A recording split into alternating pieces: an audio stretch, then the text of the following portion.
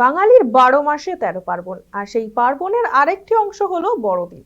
সেই মতো ক্রিসমাসে কলম ধরলেন মুখ্যমন্ত্রী মমতা বন্দ্যোপাধ্যায়। গান লিখলেন তিনি, আর নিজের লেখা সেই গানই সোশ্যাল মিডিয়ায় শেয়ার করে সকলকে বড়দিনের শুভেচ্ছা জানালেন বাংলার প্রশাসনিক প্রধান। গানে গানে বিশ্ব শান্তির বার্তা দেন তিনি। গান প্রকাশ করার পাশাপাশি বুধবার তিনি যান cathedral of the most holy রোজারির মধ্যরাতের প্রার্থনা সভায়।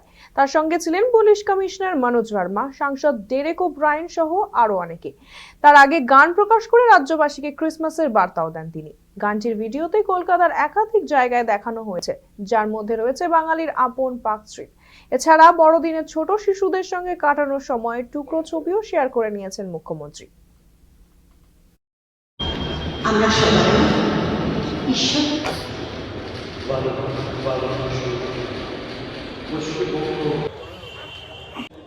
শিশু কিশোর পায়।